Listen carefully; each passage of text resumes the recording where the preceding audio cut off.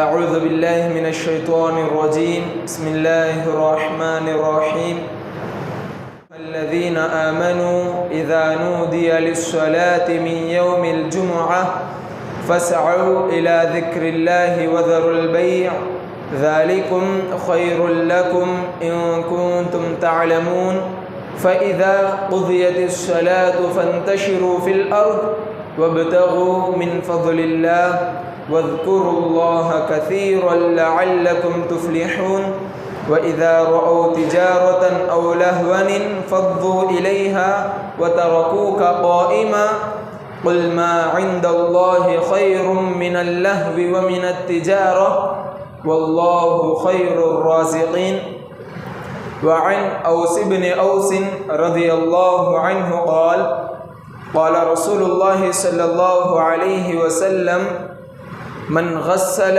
يوم الجمعة واغتسل وبكر وابتكر ومشى ولم يركب ودنا من الإمام وانشد ولم يلغو كان له بكل خطوة أجر سنة أجر صيامها وقيامها رواه ابو داود۔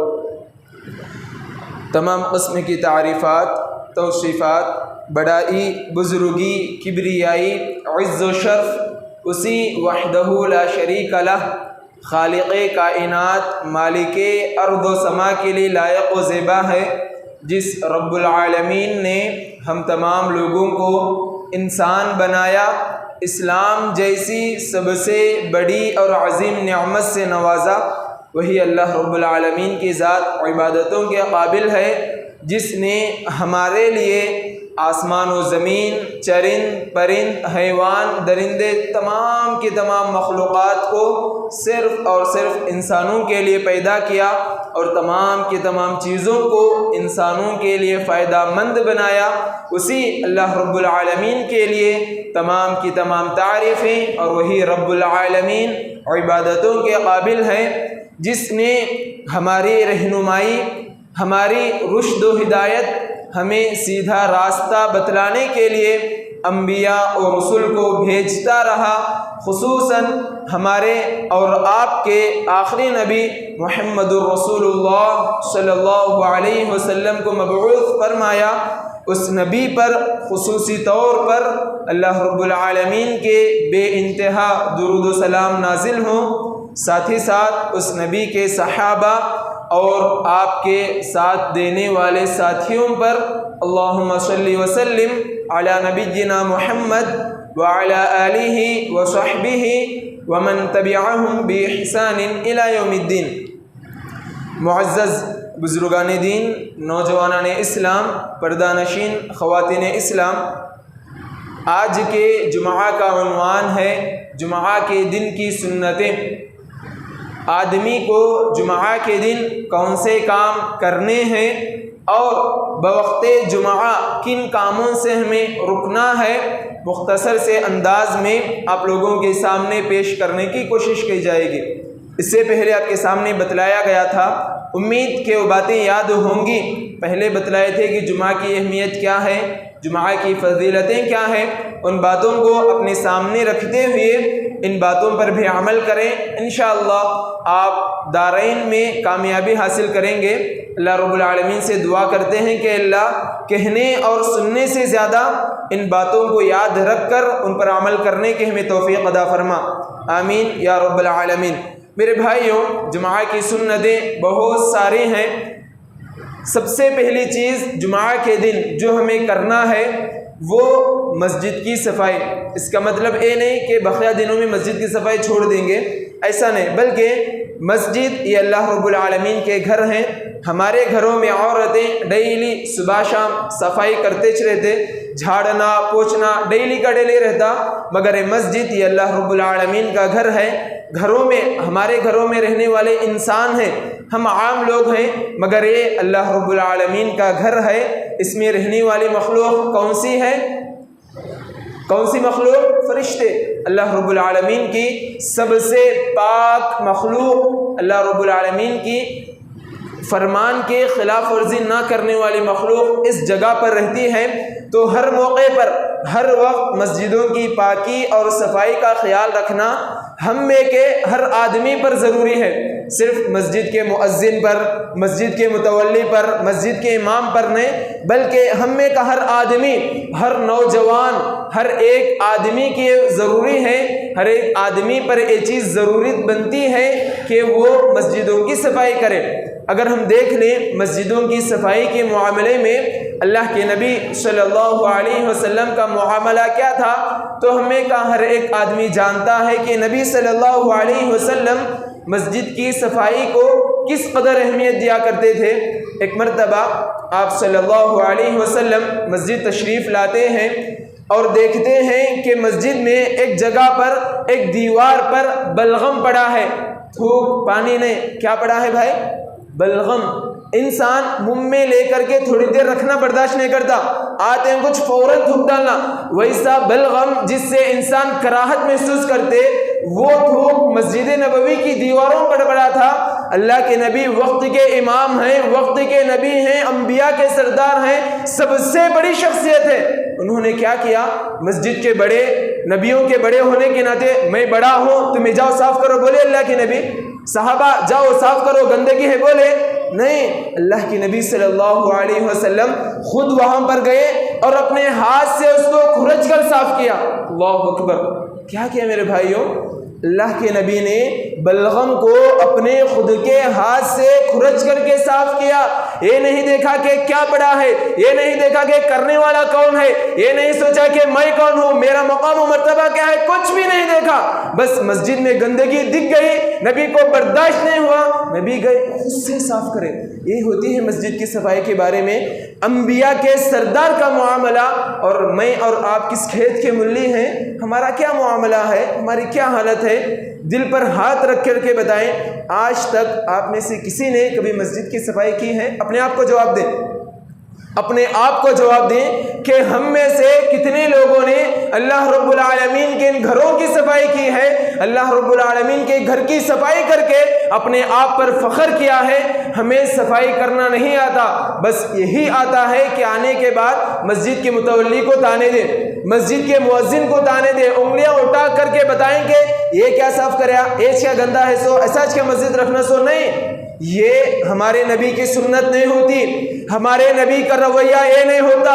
جب بھی مسجدوں میں گندگی دیکھتے اللہ کے نبی خود صاف کیا کرتے تھے۔ اسی طرح ہمارے معاشرے میں، ہمارے سماج میں مؤذن کی اہمیت کیا ہے معلوم آپ کو؟ کیا ہے؟ گھر کے نوکر سے بھی کمتر ہے۔ گھر کے نوکر کو تو بھی ایک نہ ایک بار بلا کو بٹھا کے چائے پانی ڈال دے، مگر مؤذنوں کی حالت اللہ اکبر، کچھ نہ کہیں مگر یاد رکھیں ہمارے درمیان مؤذنین کی اہمیت نہیں ہوگی، مگر کل قیامت کے دن میدان محشر میں سب سے لمبا سر جس آدمی کا ہوگا وہ کون ہوگا؟ ایک مؤذن۔ مؤذن کی گردن کل قیامت کے دن سب سے لمبی ہوگی۔ مسجدوں کی صفائی کرنے والوں کی اہمیت یہ ہے، اور اللہ کے نبی صلی اللہ علیہ وسلم بھی صفائی کرنے والوں کو اہمیت دیا کرتے تھے۔ وہ کس طرح؟ ایک مرتبہ اللہ کے نبی صلی اللہ علیہ وسلم مسجد کو آتے ہیں اور دیکھتے ہیں کہ وہ عورت نظر نہیں آ رہی ہے، وہ عورت نہیں دکھ رہی ہے جو مسجد میں جھاڑو دیا کرتی تھی۔ مسجد میں جھاڑو دینے والی عورت اللہ کے نبی کو نہیں دکھی۔ اللہ کے نبی صلی اللہ علیہ وسلم صحابہ سے پوچھے، اے میرے صحابہ، وہ عورت کہاں ہے جو مسجد میں جھاڑو دیا کرتی تھی، مسجد میں صفائی کیا کرتی تھی، عورت کہاں ہے؟ تو صحابہ بولے کہ اللہ کے نبی اس عورت کا انتقال ہو گیا ہے، رات انتقال ہوا تھا، آپ کو ڈسٹرب کرنا ہمیں مناسب نہیں سمجھے، آپ کو کئی کو تکلیف دینا بول کے ہمیں لے جا کو اس عورت کو دفن کر دیے۔ اللہ کے نبی بولے میرے صحابہ، کیا ہی بہتر ہوتا کہ آپ مجھے اس عورت کے انتقال کی اطلاع دیتے، کیا ہی اچھا ہوتا کہ آپ مجھے بتلاتے کہ اس عورت کا انتقال ہو گیا ہے۔ اللہ کے نبی صلی اللہ علیہ وسلم مؤذنوں کی اہمیت کو بتلانے کے لیے مسجد کی صفائی کرنے والوں کی اہمیت اس قدر زیادہ ہے کہ اللہ کے نبی صحابہ کو حکم دیتے ہیں کہ میرے صحابہ چلو بتاؤ مجھے اس عورت کی قبر کہاں ہے، اس عورت کی قبر کہاں ہے؟ صحابہ آپ صلی اللہ علیہ وسلم کو اس عورت کی قبر کے پاس لے جاتے ہیں۔ اللہ کے نبی صلی اللہ علیہ وسلم قبر کے پاس کھڑے ہو کر کے دعا کرتے ہیں، قبر کے پاس کھڑے ہو کر کے اللہ کے نبی نماز پڑھتے ہیں۔ یہ ہوتی ہے مؤذنوں کی اہمیت۔ ایک مرتبہ نظر نہیں آئے تو آپ صلی اللہ علیہ وسلم کے بارے میں پوچھنے لگے، معلوم ہوا کہ ان کا انتقال ہو چکا ہے، تو ان کی قبر کے پاس جا کر کے ان کی مغفرت کے لیے دعائیں کر رہے ہیں۔ میری اور آپ کی حالت کیا ہے ہمارے سماج میں؟ اگر مؤذن ایک دن نظر نہ آئے تو کیا کہیں گے؟ کیا ہوا کہ اس کو عیاشی آج مسجد صاف کرنا ہے؟ یہ ہماری حالتیں ہیں، یہ ہماری حالتیں ہیں۔ یہ نہیں دیکھتے کہ ارے مؤذن ہر دن آیا کرتے تھے، مسجد کی صفائی کرتے تھے، اذان دیتے تھے، آج وہ نہیں آئے، جا کر کے ان کی پوچھ گچھ کر لیں، ان کے حال، ان کے خیر خیریت دریافت کر لیں۔ یہ ہماری حالت نہیں رہی۔ میرے بھائیوں، مسجدوں کی صفائی کرنے والوں کی اہمیت بہت زیادہ ہے۔ بس آپ اسی بات کو دماغ میں رکھیں کہ وہ بلغم جس کو انسان منہ میں لینا پسند نہیں کرتا، اللہ کے نبی نے اپنے ہاتھ سے کھرچ کر صاف کیا۔ کسی آدمی کو نہیں کہا، کسی صحابی کو نہیں کہا کہ اس کو صاف کرو۔ مجھے اور آپ کو بھی اس بات کی اہمیت کو سمجھنا ہے کہ مسجدوں کی صفائی کس قدر عظیم چیز ہے۔ ہر دن میرے بھائیوں، جب بھی آپ کو مسجد کی صفائی کا موقع ملے، اس موقع کو ہاتھ سے نہ گنوائیں، اس موقع کو ہاتھ سے جانے نہ دیں۔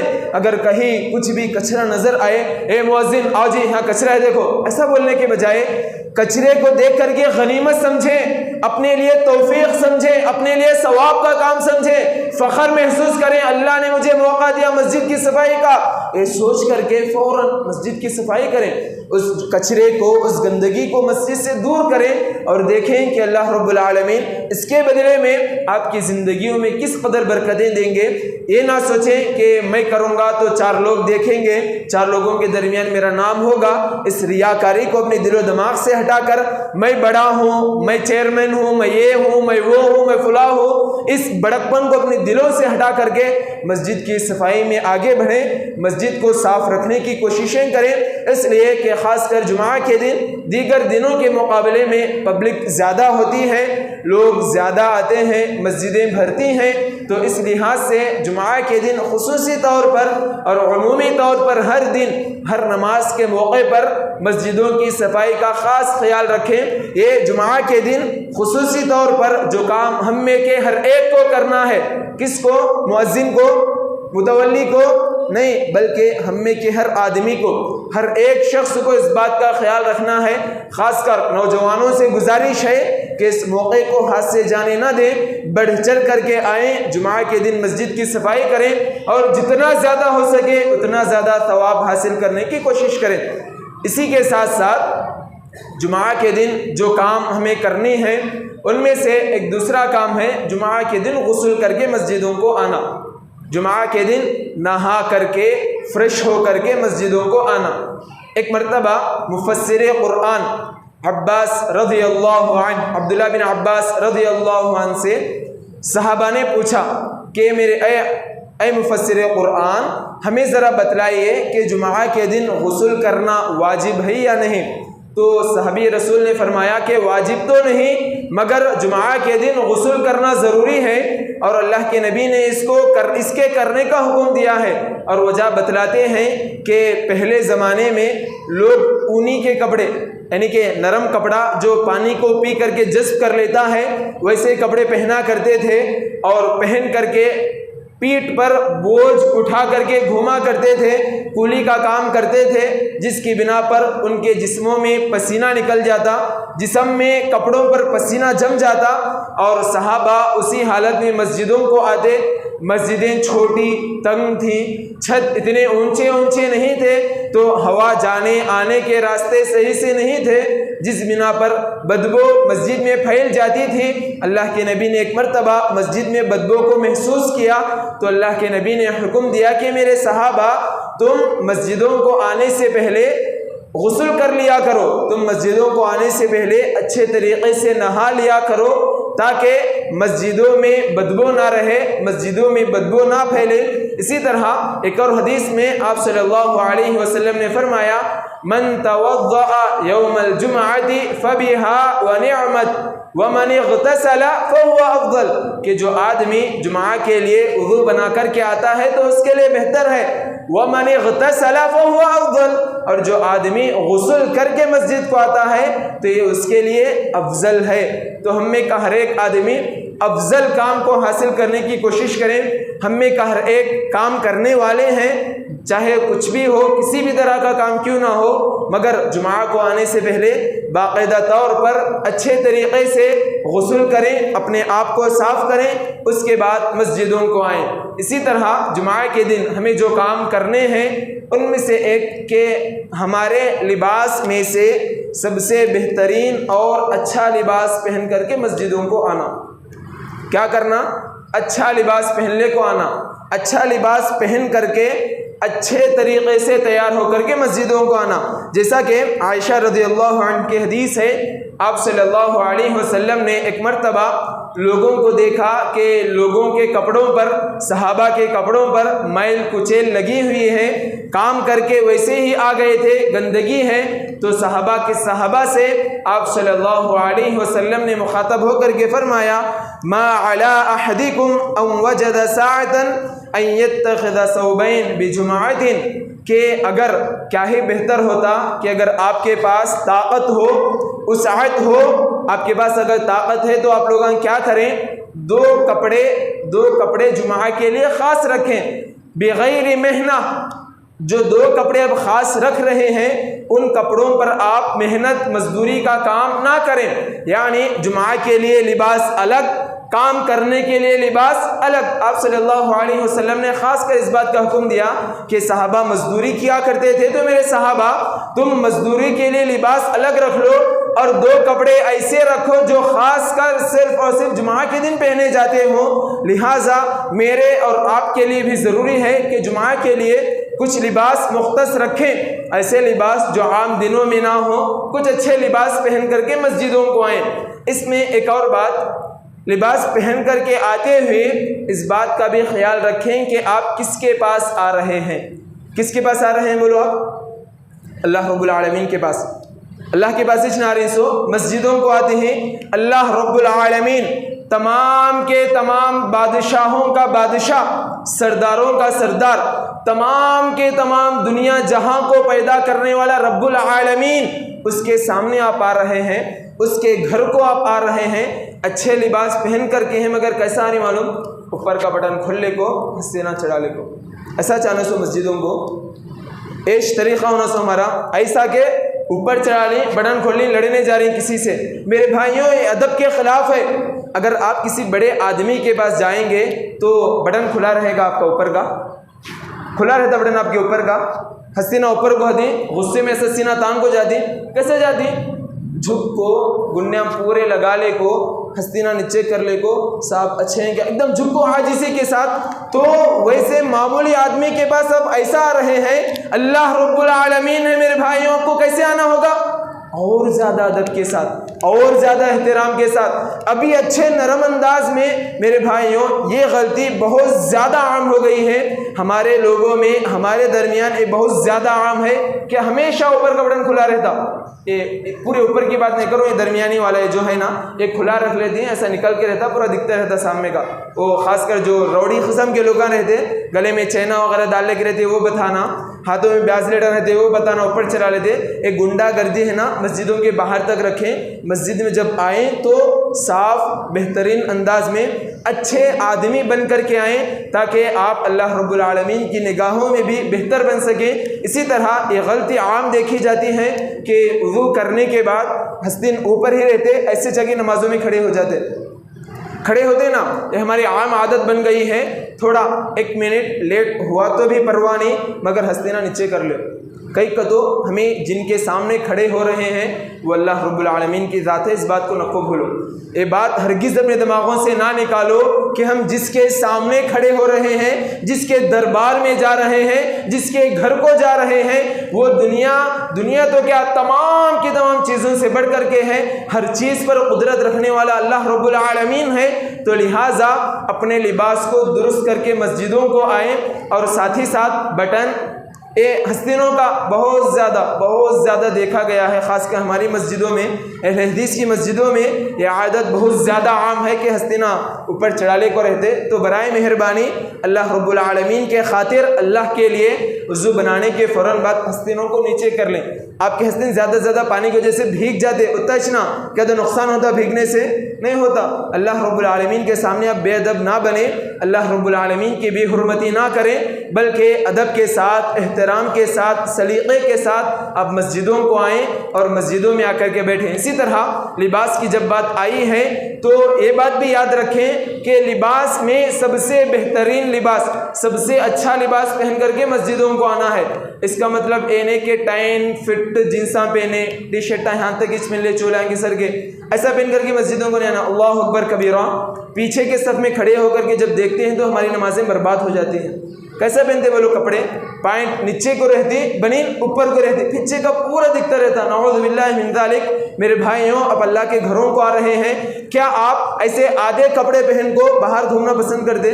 فخر سے گھومتے چھونگا, کئی کہتا فیشن نکلا نا پھٹے کپڑے پہن لینے کا, پھٹے کپڑے پہن کر نکلنا فیشن ہو گیا آج کل کا. تو یہ فیشن باہر کے حد تک ہیں. اگر آپ مسجد کے باہر بے غیرت ہیں, بے شرم ہیں تو رہیں, مگر مسجد میں آ رہے ہیں تو یہاں شرم والے لوگ رہتے, یہاں باعزت لوگ رہتے, مبارک مخلوق فرشتے رہتے. تو ایسی جگہ آتے وقت لباس سب سے بہترین پہنے, دنیا والوں کے حساب سے نہیں بلکہ اسلام کے حساب سے. ڈھیلا ڈھالا لباس, ایسا لباس جو آپ کے بدن کو ڈھانپ دے, ایسا لباس جو کم از کم کمر سے تھوڑا نیچے تک ہو, اور ایسی پینٹ پہنے جو آپ کے کمر سے اوپر ہو, ناف کے اوپر تک ہو کم سے کم, تاکہ آپ جب رکوع کریں, جب آپ سجدہ کریں تو آپ کا صدر ظاہر نہ ہو جائے. آپ کے اس طرح کے لباس کی وجہ سے آپ کے پیچھے والوں کی نمازیں خراب نہ ہو جائیں. لہٰذا لباس بہت ہی اہمیت والی چیز ہے. لباس کو اللہ رب العالمین نے کہا کہ خذوا زینتکم عند کل مسجد ولباس التقوی ذالک خیر. تقوی والا لباس سب سے بہترین ہے. مسجدوں کو آتے ہوئے لباس بہترین, اسلامی اعتبار سے سب سے اچھا اور سب سے پاک لباس پہن کر کے مسجدوں کو آئیں, تاکہ آپ اللہ رب العالمین کے پاس اچھے بن سکیں, با ادب با احترام. اللہ رب العالمین آپ کو سمجھے, لہٰذا لباس کا بہت اچھے سے خیال رکھیں. اسی طرح مردوں کے ساتھ ساتھ عورتیں بھی اپنے لباس کے معاملے میں تھوڑا دیکھ رکھ کر کے اختیار کریں. مرد تو مرد ہیں, مرد کے لباس کے معاملہ الگ ہے, تو عورتیں مسجد کو جاتے ہوئے بھی ایسے سج کر کے آتے ہیں جیسے شادیوں کو جا رہے ہیں. میری پیاری ماؤں اور بہنوں, جب آپ مسجدوں کو آ رہے ہیں تو یہاں فیشن شو نہیں, اپنی خوبصورتی کا اظہار کرنا نہیں ہے, بلکہ اپنے آپ کو چھپا کر کے مسجدوں کو آنا ہے, اور مسجدوں سے جاتے ہوئے بھی اپنے آپ کو چھپا کر کے جانا ہے. تو غسل کریں, اچھا لباس پہنے, مگر جو سادہ سیدھا ہو. ایسا لباس نہیں کہ برقعے کے اندر سے بھی آپ کی چمکیاں ظاہر ہوں, بلکہ نارمل سیدھا سادہ لباس پہنے, اور بنگڑیاں, پائلاں اور وغیرہ ایسی چیزیں جن کی وجہ سے آواز پیدا ہوتی. بنگڑیاں پہننے سے آواز آتی, پٹیاں ڈال لیں ان کی آوازیں آتی, تو اس طرح کی آوازیں مسجدوں میں نہ ہو. لہٰذا پیاری ماؤں اور بہنوں, آپ بھی جب مسجدوں کو آئیں تو لباس نارمل سیدھا سادہ لباس اختیار کریں, اور ساتھ ہی ساتھ بنگڑیاں پٹیاں وغیرہ نہ پہنیں, ایسی چیزیں نہ ہو جو آپ کے آنے کو ثابت کریں. اسی طرح جمعہ کی سنتوں میں سے ایک اور سنت یہ بھی ہے کہ آپ جب اچھا سا لباس پہنیں, بہترین لباس پہنیں, تو ساتھ ہی ساتھ آپ اپنے لباس پر عطر بھی لگا لیں, خوشبو لگا کر کے مسجدوں کو آیا کریں. جمعہ ہی کے لیے نہیں, خاص کر اللہ کے نبی نے جمعہ کے لیے حکم دیا, مگر عام دنوں میں بھی آپ خوشبو کا استعمال کیا کریں. خوشبو کی وجہ سے آپ کا فائدہ ہوتا. وہ کیا بولو, آپ کی بدبو چھپ جاتی, آپ کی جسم سے آنے والی بدبو وہ چھپ جاتی, بلکہ خوشبو آنے لگتی, جس سے آگے والوں کو فائدہ ہوتا, آگے والے نقصان ہونے سے بچ جاتے. لہٰذا مسجدوں کو آتے ہوئے جس تیسری بات کا آپ کو خیال رکھنا ہے وہ ہے خوشبو لگانا, مگر صرف اور صرف مردوں کے لیے. مرد خوشبو لگا کر کے مسجدوں کو آئیں گے, عورتیں نہیں. عورتوں کے لیے خوشبو لگانا مکمل طور پر حرام ہے.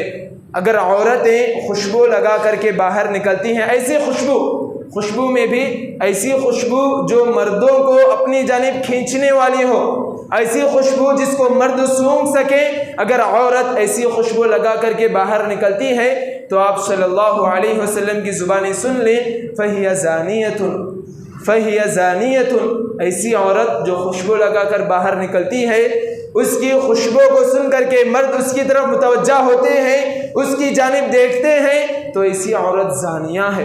میرے بھائیوں، آپ بھی اپنی عورتوں کو پاک بنا کر کے رکھیں، زانیہ نہ بنائیں، زانیہ نہ بنائیں۔ آپ اپنی عورتوں کی حفاظت کریں۔ عورت خوشبو استعمال کرے گی مگر وہ خوشبو جو گھر کے حد تک ہو۔ مثال کے طور پر پھول وغیرہ، پھول عورت استعمال کر سکتی، اس میں کوئی حرج نہیں، مگر لگا کر کے باہر نکلنا اور پھولوں کی اتنی زیادہ خوشبو کہ دوسروں کو بھی آئے، مرد اس کی طرف مائل ہو، اس طرح کی خوشبوئیں لگانے سے عورتیں اجتناب کریں۔ مگر مرد حضرات ایسی ہی خوشبو لگائیں جو آپ کے ساتھ ساتھ دوسروں کو بھی آئے، صرف آپ کے حد تک نہیں بلکہ آپ کے علاوہ دوسرے بھی آپ سے اس خوشبو کو محسوس کر سکیں۔ مرد حضرات ایسی خوشبو کا استعمال کریں، اور عورتیں ہرگز بھی گھر سے باہر نکلتے وقت خوشبو کا استعمال نہ کریں۔ اسی طرح مسجدوں جمعہ کے دن کی جو سنتیں ہیں، ان میں سے ایک سنت، ایک کام جو ہمیں کرنا ہے وہ ہے جلدی آنا۔ کیا کرنا؟ لیٹ سے آنا، مسجدوں کو تاخیر سے آنا، یہ جمعہ کی خصوصیت ہے۔ نا آج کی بات لے لیں گے، پہلی صف میں کتنے لوگ ہیں اور بقیہ صفوں میں کتنے ہیں؟ زیادہ کہاں ہیں بولو؟ پہلی صف میں، پچھے صفوں میں؟ جلدی، پچھے صفوں میں زیادہ لوگ ہیں، پہلی صف میں کم ہیں۔ اس کا مطلب کیا؟ زیادہ لوگ کب ہیں؟ جلدی ہیں، جلدی ہیں، زیادہ لوگ بولو جی، زیادہ لوگ لیٹ سے ہیں، بہت کم لوگ جلدی ہیں، یعنی کہ ذرے لوگ ایسے ہیں جن کو ثواب ہونا، بقیہ لوگوں کو خالی نام کو ہونا۔ ارے عبداللہ کیا رہے جمعہ کو بھی آئے نہیں، تو ایسی باتیں باہر والے نہیں بولنا والے کو کیا کرتے ہیں؟ جمعہ کا آتے ہیں۔ پہلی صف میں رہنے والے ایک بزرگ آدمی پوچھتے ہیں کیا رے جمعہ کو بھی آنے تو ہاں آئین تو جی میں پیچھے بیٹھا تھا، تمہیں دیکھے نہیں، فخر سے بول لیتے ہمارے لیے فخر ہے، یہ پیچھے بیٹھنا بڑی کمال کی بات ہے۔ شادیوں میں کہاں رہتے ہیں انہوں؟ پیچھے رہتے پیچھے، سب سے آگے صف میں رہتے، آگے تو کیا اس سے آگے بھی اگر کچھ ہے تو ہاں آنا پسند کرتے، مگر مسجدوں کے معاملے میں کیوں؟ کئی کو سوال آپ اپنے دلوں سے کریں، اپنے آپ سے کریں کہ میں شادیوں میں، دوسرے فنکشنوں میں سب سے آگے رہتا ہوں، مگر مسجدوں کے معاملے میں، نمازوں کے معاملے میں کیوں سب سے پیچھے رہتا ہوں؟ آپ اپنے آپ سے سوال کریں۔ اگر آپ کا ایمان واقعی میں زندہ ہے، آپ کا دل زندہ ہے، تو آپ کا دل جواب دے گا تیری سستی کی وجہ سے۔ نہیں، آپ کا دل مردہ ہے، آپ کا ایمان مر گیا ہے، تو بولتا کہ ارے تیرے بلّہ کاما ہے، وہ کاما دیکھ لے کہتے کہ مسجد کو لیٹ ہوا، ہوتا ہے۔ اگر ایسا آپ کا دل جواب دے تو سمجھ لیں کہ آپ کا دل مردہ ہے، آپ کا ایمان مردہ ہے۔ ایسے مردے ایمان والوں کی، ایسا مردہ لوگوں کی نہ اسلام کو ضرورت ہے نہ اللہ رب العالمین کو ضرورت ہے۔ میرے بھائیوں، اپنے دلوں کو زندہ رکھیں، اپنے ایمان کو ثابت کریں، اپنے مومن ہونے کو ثابت کریں۔ ثابت کرنے کا طریقہ کیا ہے؟ نمازوں میں آگے رہیں اور عبادتوں میں آگے رہیں۔ آگے رہنے کا مطلب یہ نہیں کہ دماغوں میں کبھی رہندے، ہمیشہ ریاکاری کو یاد رکھیں۔ پہلی صف والے خوش نہ ہو جاؤ کہ آج آپ کی تعریف ہو رہی، بلکہ آپ خوش رہو، بلکہ آپ رونا، آپ لوگوں کے لیے خوشی سے بڑھ کر کے رونا ہے۔ رونا اس بات پر کہ میری باتیں سن کر آپ کے دل میں ریاکاری نہ آ جائے، ریاکاری نہ آ جائے۔ اگر میری باتوں کو سن کر کے خوشی کی وجہ سے آپ کے دل میں ریاکاری آ گئی تو نیکی ختم۔ ریاکاری سے بچیں اور مسجدوں کو جلدی آیا کریں۔ مسجدوں کو جلدی آنے ہی میں آپ لوگوں کے لیے ثواب ہے، آپ لوگوں کے لیے اجر ہے، آپ لوگوں کے لیے نیکیاں ہیں۔ یہ حدیث تقریباً میں خود یہاں اسی مسجد میں 3 مرتبہ بیان کر چکا ہوں، 3 مرتبہ کہ مسجد کو جمعہ کے دن خاص کر جلدی آنے کی فضیلت کیا ہے؟ کسی کو یاد ہے؟ کم از کم فضیلت کیا ہے وہ تو بھی یاد ہے۔ چلیں ایک آخری حدیث پیش کر کے اپنی بات کو ختم کر دوں گا۔ اوس بن اوس رضی اللہ عنہ، جو حدیث میں نے خطبہ مسنونہ کی بات پڑھی تھی، اسی میں تمام کی تمام چیزوں کا ذکر ہے۔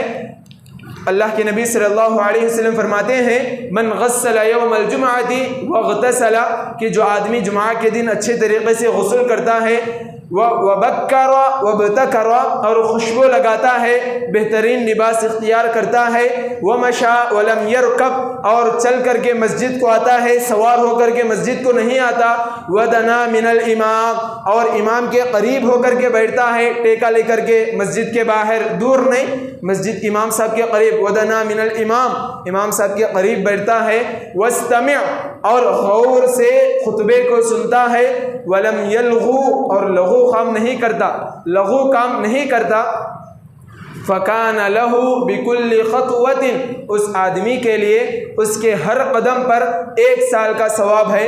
1 سال سے مراد اجر صیامہا و قیامہا، گویا کہ آپ جمعہ کی سنتوں کو ادا کر رہے ہیں، غسل کرے، اچھے کپڑے پہن لیے، عطر وغیرہ لگا لیے، اور مسجدوں کو گاڑیاں پونے سر کا اسٹائل سے، سکون سے اپنے سروں کو نیچے کر کے آرام سے اطمینان سے چلتے ہوئے مسجدوں کو آئیں گے، تو آپ کے چل کر کے آنے کی بدولت وقت سے پہلے، یہ بات یاد رکھیں، نہیں مول صاحب میں نکلا تھا تک کا اذان ہوگا میں کیا کرنا، یہ نہیں، وقت سے پہلے آنا، وقت سے پہلے مسجد میں داخل ہونا، رجسٹر بند ہونے سے پہلے مسجدوں میں قدم رکھیں۔ آپ اگر چل کر کے آئیں گے تو آپ کے ہر قدم پر اللہ رب العالمین 1 سال آپ کے روزے رکھنے کا ثواب دے گا، اور 1 سال تک آپ کے قیام اللیل کے برابر ثواب دے گا۔ اتنا سارا ثواب ہم اپنی زندگی بھر نہیں کما سکتے۔ ایک آدمی زندگی بھر روزے رکھ سکتا، اگر وہ رکھنا بولے تو بھی اسلام اجازت نہیں دیتا۔ اسلام میں روزے اگر رکھنا چاہے کو کنٹینیو تو صوم داؤدی بولے تو 1 دن روزہ رکھنا، 1 دن چھوڑنا، ایسے روزے اسلام میں رکھ سکتے۔ تو سال بھر روزے آپ نہیں رکھ سکتے۔ سال بھر تہجد، صاحب فجر کو آنا مشکل، آپ تہجد پڑھو بولتے ہیں، بھی سال بھر ناممکن ہے ہمارے لیے۔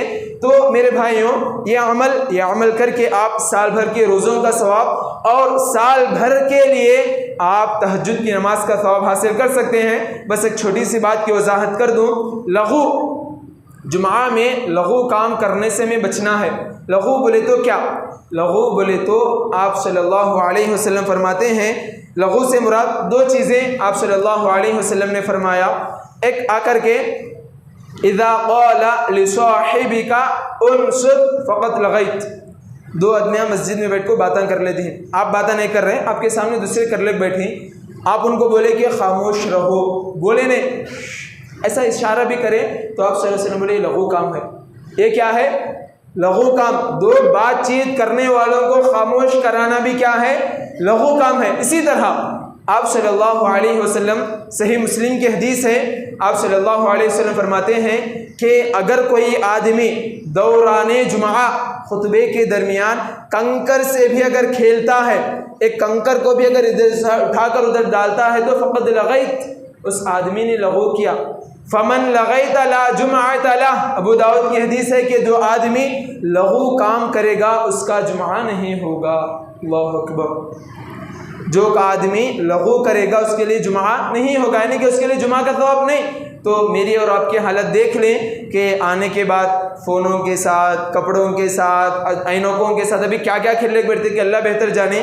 صرف ایک کنکری کے بارے میں اللہ کے نبی صلی اللہ علیہ وسلم فرمائیں کہ کنکری کو بھی اگر کوئی اٹھاتا ہے تو اس نے لغو کام کیا، اور لغو کرنے والوں کا جمعہ نہیں ہے۔ تو میری اور آپ کی حالت اس سے بھی بدتر ہے۔ میرے بھائیوں، میری پیاری ماں اور بہنوں، یہ جمعہ کی مختصر سی سنتیں ہیں، 3-4 سنتیں میں نے آپ کے سامنے ذکر کی ہیں۔ ان کے علاوہ مسواک کرنا ہے، درود کا اہتمام کرنا ہے، سورۃ الکہف کی تلاوت ہے، یہ تمام کی تمام جمعہ کی سنتوں میں شامل ہیں۔ ان سنتوں کا اہتمام کریں، ان سنتوں کے ساتھ آپ جمعہ کو گزاریں تو یقین جانیں کہ جمعہ کا دن آپ کا انشاءاللہ مبارک گزرے گا۔ ہم اللہ رب العالمین سے بس دعا کرتے ہیں کہ اللہ جو کچھ کہا گیا اور جو کچھ سنا گیا اس کو یاد رکھنے اور اس پر عمل کرنے کی مجھے اور ہم تمام کو توفیق عطا فرما۔